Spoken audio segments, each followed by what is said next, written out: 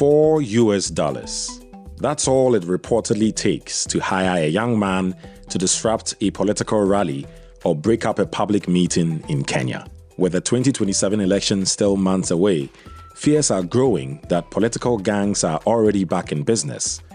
So who is behind them? And can Kenya stop this cycle before the country heads to the polls? That's what's coming up.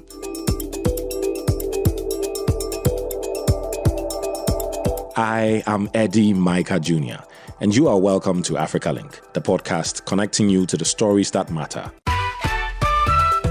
AfricaLink, every weekday here on DW. This year alone, several political and civic events have been disrupted by groups accused of being hired to intimidate or cause chaos. One of the most high-profile incidents targeted a civil society forum at Nairobi's All Saints Cathedral.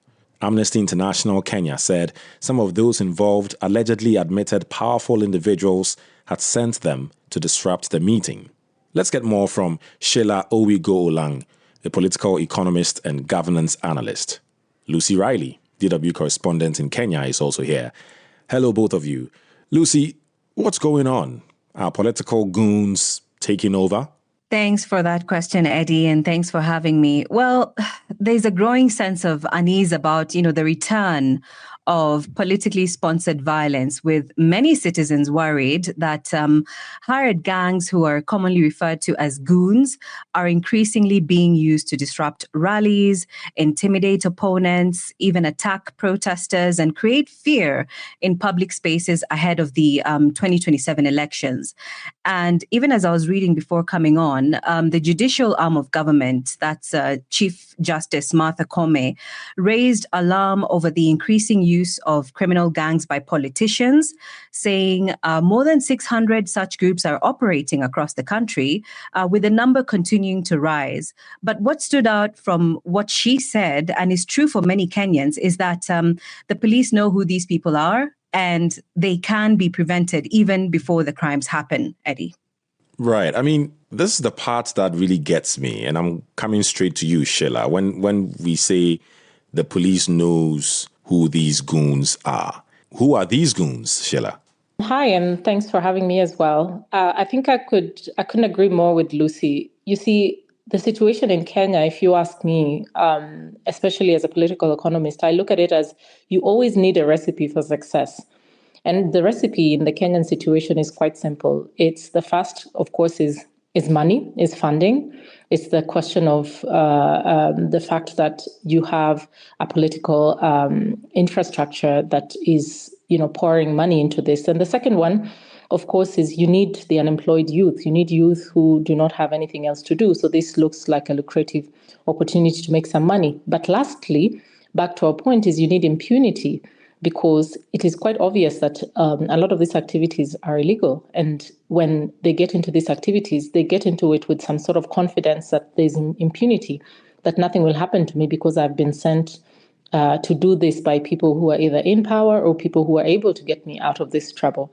So impunity is a very critical ingredient or component towards the thriving scene that we're seeing in Kenya today. So from what you're saying, goons could be anyone funded to cause some sort of violence. Is that accurate? How would you describe political goons? Yeah, I think for me, I would describe it as an employment opportunity, I think would be the word I would prefer to use, because sometimes they're employed, but they're not getting paid. That's also the case in some of these instances. Yes, that they're being hired to fuel political violence is what it boils down to, right? Political intimidation, and et cetera, et cetera. That's how I would describe these goons that we are having in Kenya today. And is there any evidence as to who is funding these goons? I mean, people use loosely, to some extent, that these are politicians that are funding the goons to create the violence that we're talking about. But is there any evidence to suggest that? I mean, who do we know is funding these goons? About two or 3 days ago, NTV had an expose where they looked at a by-election that we had in Ol Kalou. The Ol Kalou by-election, I think, is the most recent example that we have, where on the voting day, actually, the citizens showed up to vote, but they were met with so much violence and intimidation. And in this case, NTV did an expose, in fact, doing the job of trying to investigate who these people could be, trying to get evidence of not really when they were paid, but that was more of voter bribery, when they're bribing the voters.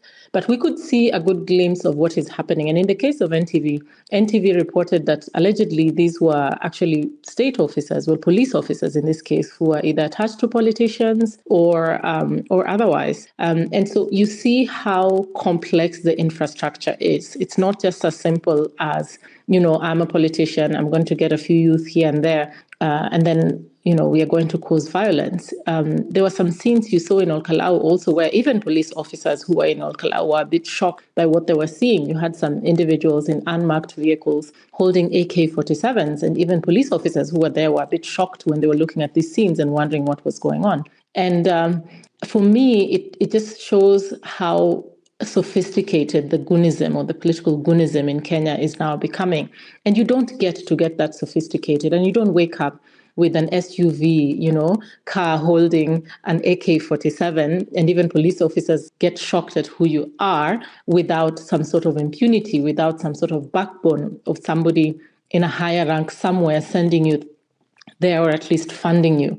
So, we have been told that they need investigations to be carried out. I think the media houses, which were, unfortunately, some of them were attacked during some of these incidences, are now doing the work of trying to piece the evidence together and see who is really behind this. But it's not just politicians, as I've said before. The NTV expose showed that these are also state police officers who were a part of this violence. Right. Thank you very much, Sheila. And Lucy, obviously, people in authority, people inside government, they hear this. The people are pointing fingers at them for funding or fueling the violence that is going on, especially if you think about ahead of elections next year. What's been the response from people in power? Right, Eddie. There's some people who have even been asking, and just to build on to what Sheila has said, they've been asking if there are people benefiting from this type of criminal gang groups. To answer your question, the reaction by the government, and that's the Inspector General of Police, has said that it has deployed enough security, for example, in the Olkalau and Nyandarua County incident, and that it's being investigated. And look, in some cases, police officers have been accused of behaving like the very criminals they are meant to stop. Now, Dr. William Ruto, the president, has also spoken about the growing goons or gang threats, saying that all the perpetrators should be taken action upon and face the full force of the law. He has directed security agencies to take firm action against goons and gangs.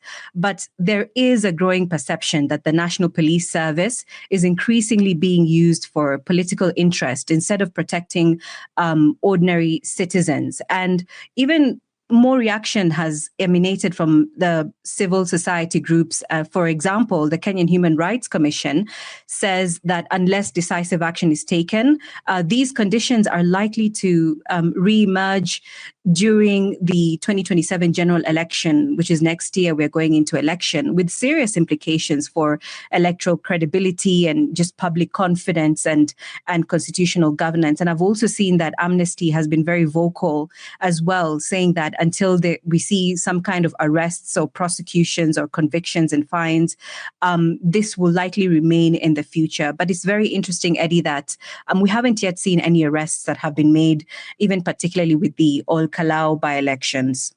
Right. Thanks, Lucy, for that. And Sheila, look, hired gangs or goons or whatever we want to call it in politics, it's not something new in Kenya also, right? Tell us about the history of this and why this time it seems a bit more serious than other times. You're completely right, Eddie. We need to contextualize this. It's not the newest, phenomena in town in Kenya.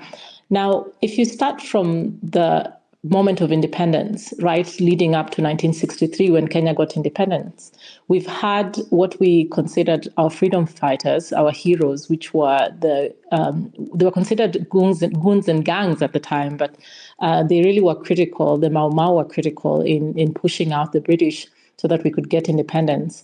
And post that resistance or that time, Kenya has had different lapses of what I like considering evolutions or revolutions along the way. So we got independence. Then Kenya then wanted to fight for a multi-party system when you had a single-party system. Now that also did not come easily. It came at a cost. In fact, a lot of this organized political violence in most recent history, you can see when the emergence of multipartism was supposed to be put in place, when citizens could not rely on the state or did not trust the state anymore. You had arbitrary arrest, you had detentions, you had things like that were happening. We have the Kapenguria Six, for example, who were arrested and detained at that particular time. And violence was really seen, organized violence by the people was seen more as a resistance, as a form to free the country. Now, that is not the Kenya we have today. The Kenya we have today is quite different. We are independent. We are a country that is functioning, but we have new problems as opposed to the problems that we had before. So like I said, so we started with independence. We went to where we were Kenya was fighting for a multi-party system, and this came with its own organized form of violence, of organization by the people in the political process. And then we got the multi-party system locked down. Then now we moved on to the next phase, which for me is this economic revolution that Kenya is going through. It's this an awareness, which is not just Kenya, but it's right around the world, where we are informed. We have a very, very young population. About 75% of Kenyans are under the age of 35 years. So it's a very, very young nation. And over 40% of this statistic I'm giving you are completely unemployed, right? We have most of them being educated, but not being able to be employed. Now, what is the story going on in Kenya today? What is going on today is there's economic justice. That is what most Kenyans are fighting for today. They are fighting for financial liberation. They are fighting for access to opportunity. And this is what they're seeing now. The only way you can get this is, of course, through engagement with the political system. And by engagement with the political system, it seems like politics is slowly becoming more lucrative than any other job you'd ever want to do, because you have structures that are put in place that are more concerned with keeping power. They're more concerned with not so much as providing alternative sources of opportunity for these young people. Right. So the difference today versus any other day with the political violence is that we are seeing a devolved method of political violence. It's now becoming, it's not just this one cause somewhere that the country is going up against. It is a local funeral, it's a local MCA, it's a local member of parliament. So now it's becoming devolved, and which is also going to be very difficult to deal with it. So I think that's the biggest difference in terms of why people are resisting or why there's violence within politics, and also the manner in which this one is different. It is different because it is extremely devolved. Right. That was very deep education you gave there, trying to understand why it seems different this time around and quite more serious. Lucy, this must be like the top topic in Kenya right now. How are people reacting to this, and how are they really seeking answers or justice or an end to this violence? People are seeing these gangs as a serious threat, and they're worried for their safety. I mean, for many Kenyans, the sight of large groups of youths at political events increasingly evokes fear rather than excitement. Like, concerns about hired gangs and political intimidation have created this perception that public gatherings can quickly turn violent, and that has left citizens anxious about the country's political direction as the next election approaches. I mean, they're asking why intelligence gathering, which is a tool used to track and collect taxes, for example, isn't being used to stop these attacks before they even happen. And Eddie, this week, the descendants of Mau Mau War veterans, and I'm happy Sheila talked briefly about the history. And they are a group of, largely those who fought for independence in Kenya. Those descendants stepped up and strongly condemned this growing goon and gang culture in the country. And according to them, Kenya could go the Haiti way if things are not addressed. And so a little research that I did also revealed to me that the Kofi Annan Foundation's Electoral Vulnerability Index, which was released last month in June, assigns Kenya an 84.1% probability of some form of electoral violence in the coming cycle. And that is actually reason enough to be worried about the upcoming election. And of course, you look at some of the issues that have already been discussed, such as unemployment and underemployment. These are all things that are keeping Kenyans worried. Well said and well put there, Lucy. Probably double danger if you think about it, Sheila, when you also read reports of police brutality in Kenya. So on the one hand, the security system itself is being accused of being brutal and acting with impunity and not acting within the law. And then you have to add that with goons, as we're talking about. That just really creates a recipe for disaster ahead of elections, doesn't it? It completely does. And the biggest impact we are seeing right now, as Lucy was pointing out, is this issue of mistrust. Most Kenyans do not trust the justice system. So it's either they're asking, well, where is the justice or where is the police when you have rampant goonism? Or when the police shows up, then there's police brutality that is going on, that we are fighting against police brutality. In 2024, I was one of the vocal, people, because 2024 we had the finance bill protest in Kenya. And of course, as an economist, I was front and center and even on the streets fighting, advocating for fiscal discipline and more financial responsibility within the country.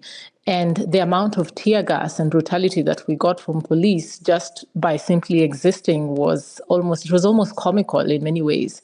And we lost many lives that we did not have to lose at the time. And so when I look at it from then until now, when we are currently actually going through the hearings about Albert Ojwang, who is a blogger who was also arrested and then murdered in police custody, and they try to cover it up. But of course now, I think the pressure is getting so much towards the state that they are having some level of transparency, which I think we've never seen in Kenya before, where they're showing CCTV footage of what happened or what transpired when he was in police custody. It's I don't want to say it's too little too late, but I think it shows the level of mistrust that the public has, that the government has now decided to give some glimpse, at least, of transparency within the investigative process. So it's almost like a dead end, if you think about it, because we're asking where's the police, but when they show up, we are complaining that there's police brutality. And the Kofi Annan report is actually very, very worrying. It's very worrying for a government that President Ruto's government has been really focused on being able to attract investment within Kenya. So when you see a report like that, many investors are shying off and saying, let's wait for Kenya to finish its election cycle next year. So, Sheila, what do we do now? I mean, what needs to be done now to tackle political gangs or goons in Kenya and basically end this cycle of political violence ahead of elections? For me, it's very, very simple. Accountability. We need to bring that back. If we do not see accountability, if we do not focus on accountability, then we are going to be in trouble. It's no longer about collecting evidence. If you have exposés, from different places, NTV is doing an expose. Post the 2024 finance bill, you had different media channels, actually. And to think about it, Eddie, I really would like to give a very special thank you to a lot of you in media houses, because in many instances in Kenya, the media houses have been coming out to be our eyes and ears and voices in places where we knew that there was going to be cover-ups going on.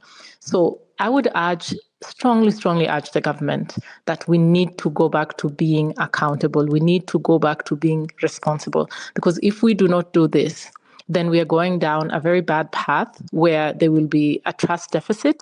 And once we have a trust deficit and goonism both together, then you have a lot of apathy in politics and voter apathy, and then the cycle just continues as we go towards election next year. It is not difficult to know who's behind any of these things. In fact, most people will have a guess here and there who is behind them. But unfortunately, sometimes the people who are supposed to be responsible for bringing justice or bringing them to book are the same ones who are actually the perpetrators.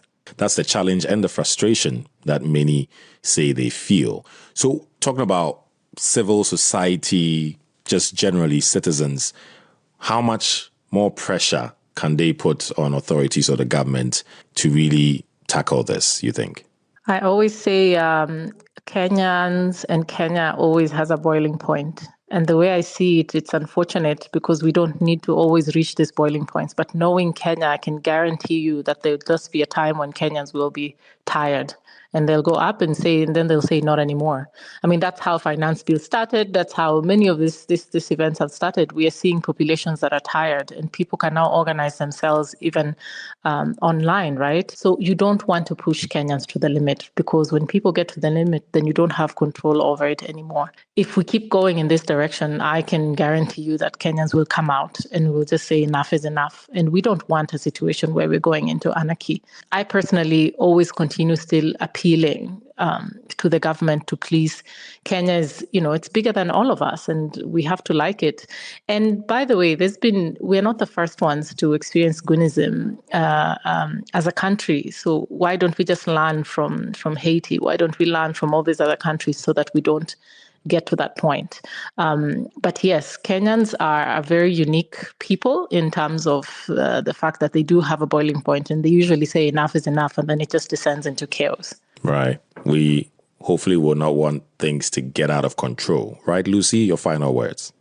Absolutely, Eddie. And, when I think about this and I look back to 2007 and 2008 post-election crisis, which left at least 1,000 people dead and displaced over 600,000. And even the GDP growth was cut roughly from 7% to just under 2% in a single year.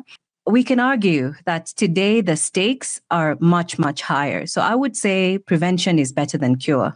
With those strong, wise words from Lucy, we wrap this up. And we've been reporting on this for a while. And at the end of the day, it is general citizens that are suffering at the hands of political violence and these goons or gangs. And so the hope is that somehow an end is brought to all of this. Thanks a lot to you guys for contributing to this discussion. Sheila Owigo-Olang, political economist and governance analyst. Also, thank you very much, Lucy Riley, DW correspondent in Kenya. Thank you, Eddie. Thanks, Eddie. Get the stories that are shaping the continent here on AfricaLink. Now, while the space for goons grows, many in Kenya fear the violence and its impact on their lives. The goon culture in Kenya is a worrying problem. These days, any political rally, any church gathering, you'll find goons around there. And these goons are carrying machetes, arrows, knives. So it's very scary and we are not safe. If this goon culture continues, by 2027 during election, we will be seeing goons with guns, goons with pangas, machetes, arrows, intimidating the law. They will overtake the law. They might probably even be the ones manning police stations. So I'm really worried with this culture progressing like this. 2027 is looking hella crazy. Many people are currently living in areas with heightened insecurity, and they fear for even doing the simplest of tasks, moving about, doing their day-to-day from the bus stop to their house, which is very unfair and unfortunate. And it's only going to get worse. From where I stand, I think it's only going to get worse. Political violence doesn't begin with a person throwing the first punch. It begins with those who recruit, fund, and protect them. Until they are held accountable, Kenya risks fighting the same battle every election. The hope is that 2027 will be remembered not for the violence that threatened democracy, but for the moment the country finally chose to end it. What do you think? Share your thoughts on Facebook and TikTok at DW Africa. Listen to us on Spotify or wherever you get your podcasts. And subscribe to our DW Africa YouTube channel so you never miss an episode. This show was co-produced and edited by Isaac Mugabi. And I am Eddie Micah Jr. Thanks for listening. DW. Made for minds.